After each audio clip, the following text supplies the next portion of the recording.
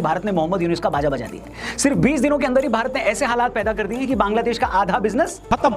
Civil servant से लेकर teachers तक सड़कों पर आकर यूनुस को हटाने की मांग कर रहे हैं। आर्मी चीफ यूनुस को जल्द ही चुनाव कराने की धमकी दे रहे हैं। भारत से ढूंढ कर बांग्लादेशियों को कान पकड़ कर उनके भिखारी मुल्क वापस भेजा जा रहा है। जो टटपुंजिया बांग्लादेश भारत को चिकन नेक की धमकी दे रहा है, आज उसे हिमंता बिस्वा शर्मा के जरिए यह मैसेज भी दे दिया गया कि बेटा हमारी छोड़ो, तुम्हारे बांग्लादेश में तो खुद दो चिकन नेक है, अगर वो टूट गए तो पूरा बांग्लादेश वापस से खत्म। जी हाँ, ये सारी हलचल हुई है सिर्फ 20 दिनों के अंदर और आज हालात ये है कि ठगों का सरताज मोहम्मद यूनुस कभी भी देश छोड़कर भाग सकता है। तो आखिर क्या किया भारत ने इन 20 दिनों में? ऐसा क्या हुआ कि जो बांग्लादेश भारत को धमकी दे रहा था, उसकी आर्मी खुद यूनुस को धमकी दे रही है? आखिर ऐसा क्या हुआ कि जो बांग्लादेश के लोग साल भर पहले मोहम्मद यूनुस के सत्ता में आने का जश्न मनाने के लिए सड़कों पर आए थे, वही लोग आज उसी यूनुस को हटाने के लिए सड़कों पर? तो दोस्तों, एक पुराना जोक है। एक बार एक चूहे और हाथी का आमना सामना होता है। चूहा हाथी से पूछता है कि भाई तू इतना बड़ा है, तेरे एक पूंछ भी है, बता तो सही कि तू है कौन? इस बार हाथी चूहे को जवाब देता है कि भाई मैं हाथी हूं और मुझ में बड़ी ताकत है। इस बार हाथी उससे पूछता है चूहे से कि तू कौन है? तो चूहा जवाब देता है कि भाई हूं तो मैं भी हाथी, मगर आजकल मेरी सेहत थोड़ी कमजोर चल रही है, देखो तुम्हारी तरह मेरी पूंछ भी है। ये कहने में मेरे को कोई हर्ज नहीं है कि मोहम्मद यूनुस और बांग्लादेश वही चूहा है जो पता नहीं क्यों खुद को हाथी समझ बैठा है। मगर भारत ने सिर्फ 15 दिन में ही इस चूहे को उसके बिल में बंद कर दिया है। भारत ने सबसे पहले कहा कि बेटा तुम बहुत फुदक रहे हो, कभी चिकन नेक की बात करते हो, कभी भारत की सीमा के पास बांग्लादेश में पुराने हवाई अड्डे को चाइना को देने की बात करते हो, कभी तुम्हारे मच्छर नेता ग्रेटर असम का नक्शा जारी करते हैं, चलो तुमको निपटा। भारत ने ज्यादा कुछ नहीं किया। सबसे पहले कहा कि तुम लोग अब सड़क के रास्ते कोई सामान नहीं भेजोगे, भेजना है तो समंदर के रास्ते लेकर आओ। साथ ही भारत ने बांग्लादेश से लगने वाला लैंड पोर्ट बंद किया, सी पोर्ट बंद किया, सामान की सप्लाई बंद की, कॉटन सप्लाई की मशीनों की सप्लाई भी बंद कर दी। बस भारत का इतना करना था कि बांग्लादेश का 40% से ज्यादा ट्रेड बंद हो गया। अब ये सारे काम धंधे बंद हुए तो समझ में आया कि कमरे में बैठकर मुंह चलाना बहुत सिंपल है, रियलिटी फेस करना बहुत मुश्किल। आप बांग्लादेश में बैठकर टर्की और पाकिस्तान को अपना यार बना लोगे, अमेरिका को अपना नाजायज पप्पा बना लोगे, लेकिन चाचा ये सारी जगहें तो तुम्हारी जगहों से यानी तुम्हारी धरती से हजारों किलोमीटर दूर है। कितना दूर है अमेरिका, कितना दूर है टर्की? तुम्हारा 90% बॉर्डर तो भारत से लगता है, 4000 किलोमीटर का बॉर्डर भारत से शेयर करते हो। तुम्हारा सी पोर्ट भी भारत से लगता है, भारत से ही सामान खरीद और बेचकर तुम्हारा कंगला मुल्क पेट भर रहा है। लेकिन ना, जिस मुल्क ने मजहब की अफीम चाट ली हो उसे ये सब होश की बातें कहां समझ में आती?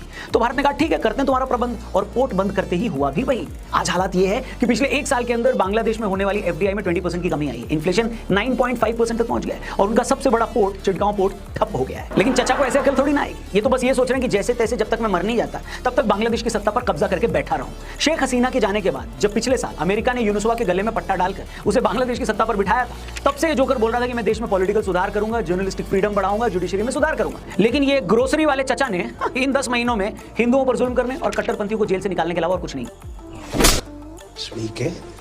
पहले प्रॉमिस किया था कि दिसंबर 2025 तक बांग्लादेश में इलेक्शन करा देंगे, मगर अब इलेक्शन कराने का नाम ही नहीं ले रहे हैं। बोल रहे हैं कि माहौल अभी सही नहीं है, नेक्स्ट ईयर जून 2026 में चुनाव कराऊंगा। बस ये बात सुनकर वहां की आर्मी भी बहुत गुस्सा हो गई। खालिदा जिया की बांग्लादेश नेशनलिस्ट पार्टी भी सड़कों पर आ गई।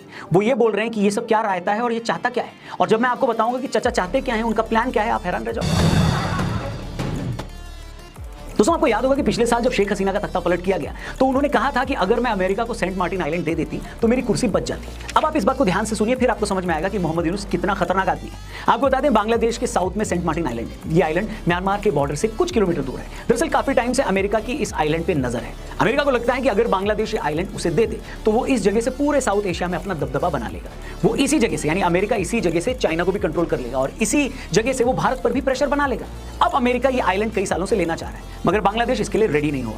इसी के चलते शेख हसीना का तख्ता पलट भी करवाया गया। हैरानी की बात यह है कि शेख हसीना का तख्ता पलट करवाने के बाद अमेरिका ने इस जगह पर सीधे मोहम्मद यूनुस को लाकर बिठा दिया, जो कि कई सालों से रह भी अमेरिका में रहा है। अब इन्हीं मादरनी यूनुसवा के भरोसे है अमेरिका बांग्लादेश में कई काम करवाना चाह रहा है, जिसमें पहला काम सेंट मार्टिन आइलैंड पर कब्जा करना है और दूसरा काम है बांग्लादेश और म्यांमार के बीच रखाइन कॉरिडोर बनाना। यूनुस काफी टाइम से बोल रहे हैं कि म्यांमार में रोहिंग्यास की हालत खराब है, इसलिए हमें बांग्लादेश से म्यांमार के बीच रखाइन कॉरिडोर बनाना है ताकि हम रोहिंग्यास तक हेल्प पहुंचा सकें। लेकिन इसके पीछे चाल कुछ और है। दरअसल अमेरिका चाहता है कि इस रखाइन कॉरिडोर के चलते वो म्यांमार में अपनी प्रेजेंस बना ले, क्योंकि वहां पर यानी म्यांमार में इस वक्त चाइना का काफी इन्फ्लुएंस है, वो अमेरिका को बर्दाश्त नहीं, इसलिए यूनुसवा बार बार रखाइन कॉरिडोर की बात कर रहा है। पर फैक्ट ये है दोस्तों कि अमेरिका ऐसा करने के लिए यूनुस को बोल रहा है। खबरें तो यहां तक है कि इस काम के बदले यूनुस को अमेरिका से कई $100 मिलियन भी मिलने की बात चल रही है। ये पैसा यूनुस अपने ग्रामीण बैंक वाले एनजीओ के जरिए ले सकता है।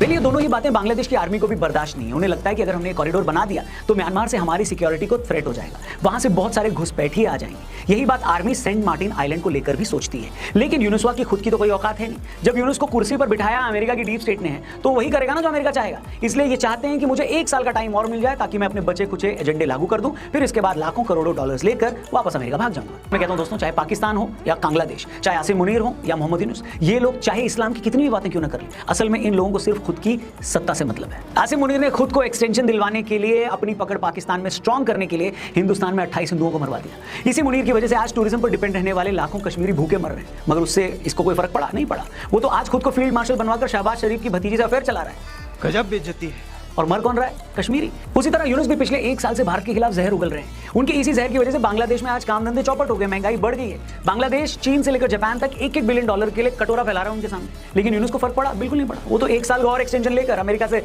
लाखों डॉलर की रिश्वत लेकर मजे में। मतलब दोनों ही इस्लाम की बात करते हैं और इन दोनों की वजह से ही इस्लाम को मानने वाले आज मुश्किल में।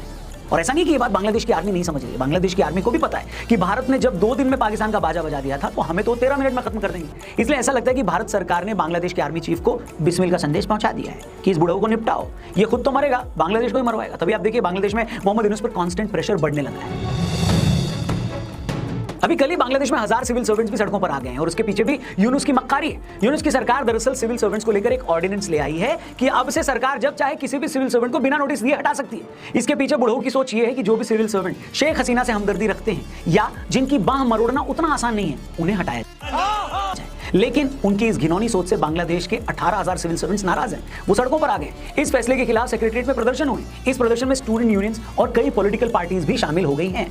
इसी वक्त बांग्लादेश में प्राइमरी टीचर्स का भी एक आंदोलन चल रहा है। ये लोग हाई स्कूल के टीचर्स के बराबर अपनी सैलरी को लेकर प्रदर्शन कर रहे हैं। कुल मिलाकर जिस तरह पिछले साल जून जुलाई में शेख हसीना के खिलाफ लोग सड़कों पर आ गए थे, आज वैसा ही गुस्सा मोहम्मद यूनुस को लेकर भी है। इसी से घबराकर यूनुस फिर से एंटी इंडिया कार्ड खेल रहे हैं। 2 दिन पहले यूनुस ने बांग्लादेश की कुछ पॉलिटिकल पार्टीज के साथ एक मीटिंग की थी। इस मीटिंग के बाद वहां के एक नेता ने स्टेटमेंट दिया कि भारत बांग्लादेश में यूनुस की सरकार को पसंद नहीं करता और वो उसे हटाना चाह रहा है। भारत लगातार बांग्लादेश को कमजोर कर रहा है। और जैसे कि मैंने कहा ना कि अगर चूहे को अपनी पूंछ देखकर ये गलतफहमी हो जाए कि वो हाथी है, तो उसे ये याद दिलाना पड़ता है कि नहीं बाबा, तू चूहा ही है। इधर पाकिस्तान से जब भारत की लड़ाई चल रही थी, देश में अलग अलग राज्यों में क्या हो रहा था? चुन चुनकर इन इलीगल चूहों यानी बांग्लादेशियों के पिछवाड़े लाल होने शुरू हो गए। क्या सीन है। इन मक्कारों का कान पकड़कर इनके भिखारी मुल्क वापस भेजा जाने लगा। दिल्ली के बसंत कुंज एरिया में पुलिस ने 12 अवैध बांग्लादेशी नागरिकों की पहचान करके उन्हें वापस बांग्लादेश भेज दिया है। इसी तरह असम के गुवाहाटी, गोलाघाट, धुबरी, बारपेटा और कछार जिलों से 150 लोगों को धक्के देकर बाहर निकाला गया। अहमदाबाद क्राइम ब्रांच ने कुछ दिन पहले 15 अवैध बांग्लादेशियों को डिपोर्ट किया। ये लोग फर्जी डॉक्यूमेंट्स के सहारे भारत में रह रहे थे और नाबालिग लड़कियों के साथ सेक्स रैकेट तक चला रहे थे। वहीं महाराष्ट्र एटीएस ने मुंबई, नासिक, अकोला, नांदेड़ और औरंगाबाद से 43 अवैध बांग्लादेशी नागरिकों को गिरफ्तार किया। इनके पास फर्जी आधार कार्ड और वोटर आईडी कार्ड मिले। इसी तरह मध्य प्रदेश के जबलपुर के डुमना एयरपोर्ट के पास एक संदिग्ध बांग्लादेशी नागरिक को गिरफ्तार किया गया। अब इस तरह एक-एक अवैध बांग्लादेशी को वापस भेजने से बांग्लादेश की लाल हुई पड़ी है। उनकी सेना भी इससे काफी परेशान है। बांग्लादेश की बॉर्डर फोर्स ने इस पर चूंचा की तो बीएसएफ को गोली तक चलानी पड़ी थी। कुल मिलाकर भारत के इन तेवरों से बांग्लादेश और उनका महालालची ठग यूनुस बहुत परेशान है। उनके पेट में काफी दर्द हो रहा है। 1 साल हो गए इस ठग को बांग्लादेश की कुर्सी पर बैठे। न तो इस दौरान बांग्लादेश में कोई सुधार हुआ है और न ही अमेरिका को कोई एजेंडा लागू हुआ है। ऊपर से भारत ने इनका हुक्का पानी भी बंद कर दिया। इनके चोरों को कान पकड़ पकड़ कर वापस इनके घर भेजना शुरू कर दिया है। इन सब के चलते हालत यह है कि या तो यूनुसवा किसी अच्छे से गंदे नाले को देखकर उसमें छलांग लगा देगा या रात के अंधेरे में आर्मी ही उनकी सलवार में डंडा डालकर उसे छत पर टांग देगी। ये बड़ी अच्छी बात कही आप।